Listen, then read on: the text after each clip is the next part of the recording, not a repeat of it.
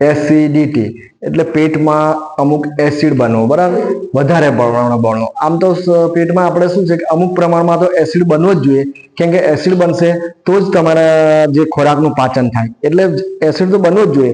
પણ જ્યારે અમુક માત્રામાં, અમુક વધારે માત્રામાં જ્યારે એસિડ બને ત્યારે તમને અમુક લક્ષણો દેખાય, જેમ કે પેટના ઉપરના ભાગમાં જ્યાં નાભી છે ને, નાભીની ઉપર બળતરા થવી, છાતીમાં હૃદયની બાજુ બી બળતરા થવી, પછી મોઢામાં ખાટું પાણી આવું, ખાટા ઉડકાર આવવા, આ બધા માથું દુખવું, ઉબકા આવવા, ઉલટી આવી, બેચેની થવી, આ બધા દેખાય છે લક્ષણો, બરાબર.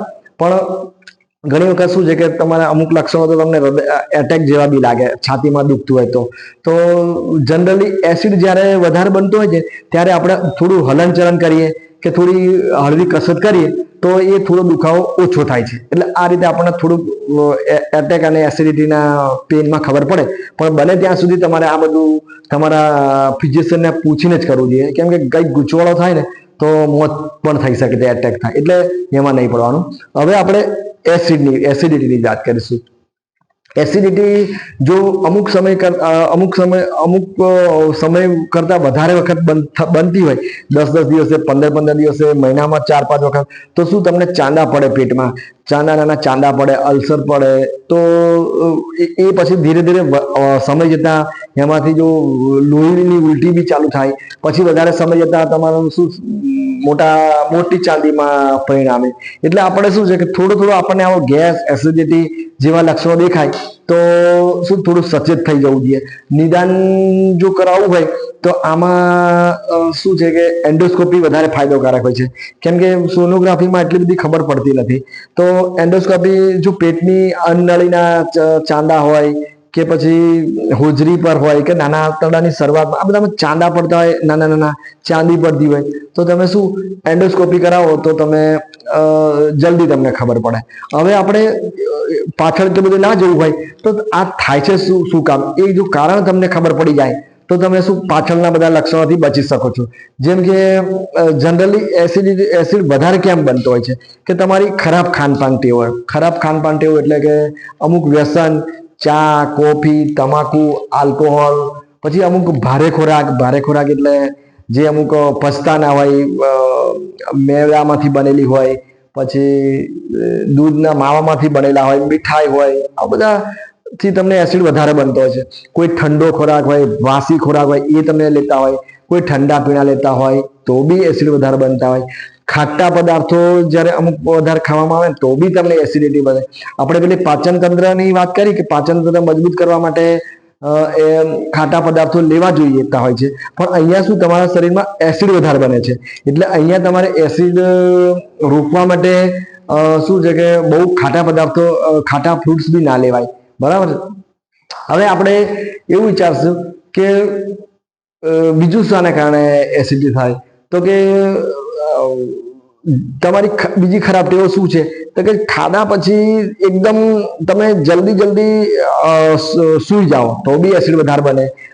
જમતા પાણી તો પીવું જોઈએ, કારણ કે એસિડિટીમાં તો કેવું હોય છે કે પાણી ઓછું પડતું હોય શરીરમાં. તમારે જેટલું બને એટલું દિવસમાં વધારે પાણી પીવું જોઈએ. પેલામાં આપણે પાચન તંત્ર માટે શું કીધું હતું, જમતી વખતે નહીં, અડધો કલાક પહેલા, અડધો કલાક પછી. પણ તમારા શરીરમાં જ્યારે એસિડ વધારે બનતો હોય છે, એસિડ ઓછો બનતો હોય તો શું છે કે એસિડ બંધ થઈ જાય, બરાબર. પણ જ્યારે વધારે બનતો હોય તો થોડું પાણી પીતું રહેવું જોઈએ જમતી વખતે. હવે જમ્યા પછી બી વધારે પાણી પીવું જોઈએ, જમ્યા પહેલા બી વધારે પાણી પીવું જોઈએ. પાણી વધારે પીવાથી શું છે કે તમારે અમુક એસિડની વધારે માત્રા બનતી હોય તે ઓછી થઈ જાય. હવે બીજું કે બે જમવા વચ્ચે અમુક દિવસમાં બહુ ગેપ નહીં રાખવાનો.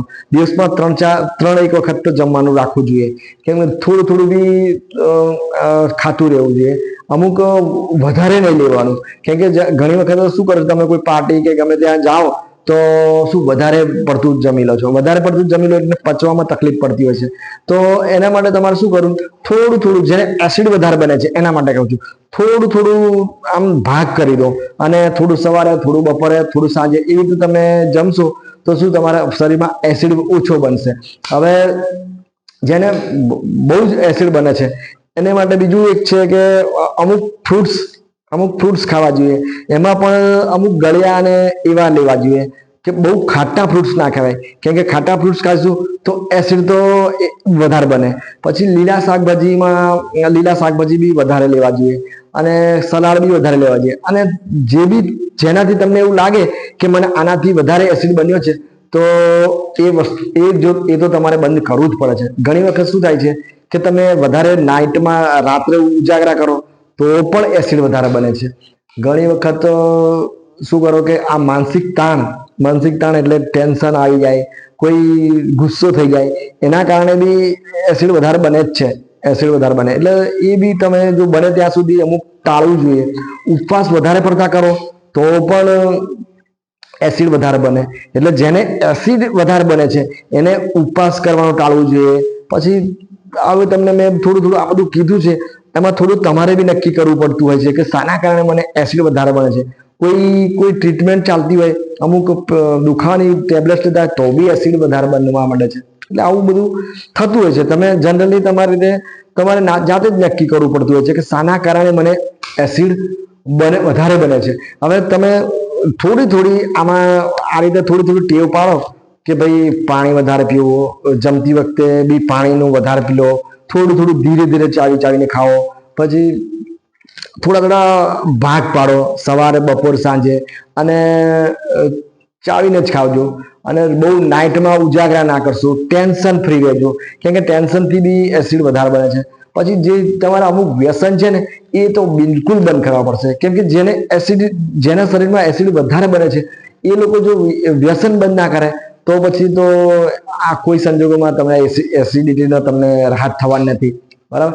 હવે કદાચ કોઈ લોકોને એવું હોય કે નહીં અમારે ચા એકલી પીવી છે, તો ચા જો પીવી હોય તો તમારે શું કરવું? થોડો નાસ્તો કર્યા પછી ચા પીવાય, એમાં ખાલી પેટે તો નહીં જ પીવી જોઈએ. બરાબર. તો આ તમને મેં થોડી એસિડ રોકવાની વાત કરી છે. આમ તો મારો એક વિડીયો છે પાચન તંત્ર મજબૂત કરવા માટેનો, એ બી વિડીયો જુઓ અને થોડી આ એસિડ કેમ વધે છે એના માટે તમને આજે ખબર પડી. હવે અમારામાં શું છે, થોડી ટ્રીટમેન્ટની વાત કરી દઈએ. ટ્રીટમેન્ટમાં અમે શું કે હોમિયોપેથિક ટ્રીટમેન્ટની વાત કરીશું. તો જ્યારે તમારા શરીરમાં બહુ ખાટા ઓડકાર આવતા હોય છે, બિલકુલ ખટ્ટા દાંત બી ખટાઈ જાય, તો અમે એસિડ સલ્ફ આપતા હોય છે. હવે બહુ જ જ્યારે એસિડિટી થતી હોય, ઉલટી થતી હોય અને માથું બી દુખતું હોય તો અમે રોબિનિયા મધર ટિંચર ચા આપતા હોય છે. ખાધા પછી થોડી વારમાં બહુ દુખાવો થતો હોય, અમુક ચાંદા પડ્યા દુખાવો થતો હોય તો અમે કાલી બીજ આપતા હોય છે. પછી બહુ જ મોટા ઓડકાર આવતા હોય અને અલ્સર બી હોય, ચાંદી પડી ગઈ હોય અને બહુ જ મોટા ઓડકારો આવતા હોય તો અમે આર્જેન્ટમ નાઇટ્રિકમ આપતા હોય છે. અને શું ઓડકાર બહુ મોટા અવાજે આવતો હોય છે તો બી અમે આર્જેન્ટમ નાઇટ્રિકમ આપીએ છીએ. મીઠું ખાવાનું આ દર્દીને શું ગળવું બહુ ગમતું હોય છે. હવે જે લોકો શું છે કે બહુ માનસિક જરા વારમાં ગુસ્સે થઈ જતા હોય, કશું કોને કારણે ગુસ્સે થઈ જાય તો નક્ષ ભૂમિકા બી અસર કરી જતી હોય છે એમના માટે. અને બહુ તીખું તળેલું જે ખાવાના શોખીન હોય એના માટે બી નક્ષ ભૂમિકા.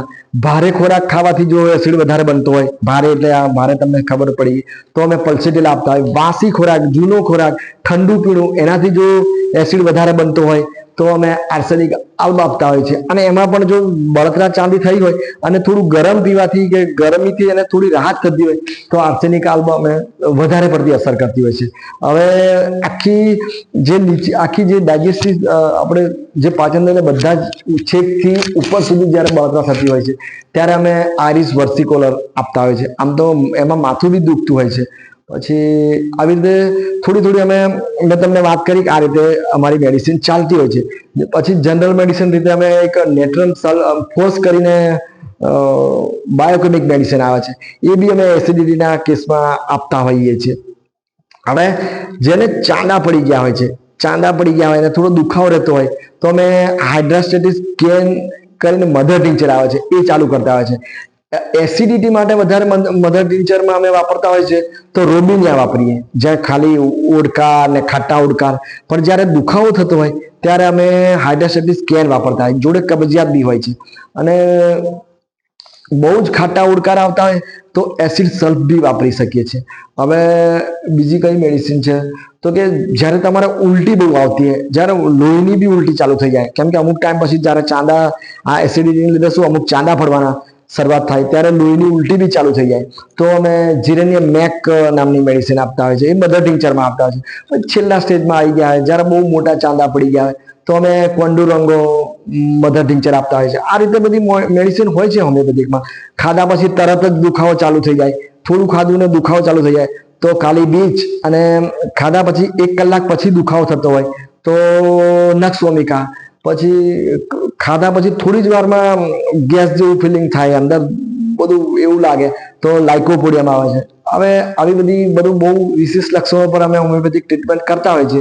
હવે જેને જે પ્રમાણે અનુકૂળ આવતી હોય છે એ પ્રમાણે અમે દવાઓ આપતા હોઈએ છીએ. આમાં પણ વધારે પડતું તો શું ભાગ ભજવે છે કે તમે શાના કારણે તમારો એસિડ વધારે બને છે એ તમે નક્કી કરો. તમને આ વસ્તુથી એસિડ બને છે તો એ વસ્તુ તમે છોડો, બરાબર છે. હવે ટ્રીટમેન્ટ તો બીજા નંબરમાં ગણીએ, પણ જેને આના કારણે આને લીધે એમને એસિડ થાય છે એ તમે છોડશો, એનાથી દૂર રહેશો તો તમને શું આ એસિડિટીમાં વધારે પડતો ફાયદો થશે. પછી તમે પાચન તંત્રને મજબૂત બનાવવાનો જે મારો એક વિડીયો અગાઉ આપણે બનાવ્યો છે એ બી જુઓ, અને એમાં પાચન તંત્રને મજબૂત કેવી રીતે બનાવવું એ બી તમને ખબર પડે. અને જે અહીંયા ખાટા પાચન તંત્રને મજબૂત બનાવવામાં બી તમે વિડીયોમાં જોયું એ પ્રમાણે અજમાનો જ્યારે વધારે પડતો ઉપયોગ કરવાનો થાય ને ત્યારે અમે એસિડિટીમાં શું છે કે ચાંદા અલ્સર પડી ગયા હોય તો એનો વધારે ઉપયોગ નહીં થતો.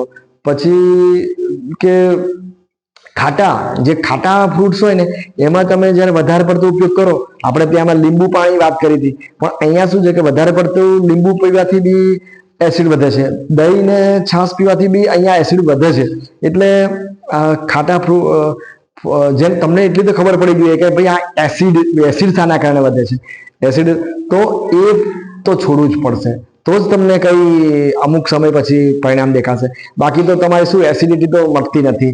જનરલી તમે થોડી ટ્રીટમેન્ટ કરો, ફરી થોડા ટાઈમ સુધી સારું થઈ જાય, ફરી પાછી ચાલુ થઈ જાય, ફરી પાછી એસિડિટી બનતી જ હોય છે. એટલે અને જો અમુક સમય પછી જો આ એસિડિટી વધારે ને વધારે રહે ને તો તમને ચાંદા પડે, પછી એમાંથી લોહી આવે, ઉલટીઓની ચાલુ થાય, પછી મોટા ચાંદા પડે તો ટ્રીટમેન્ટ કરવી બહુ અઘરી પડી જાય.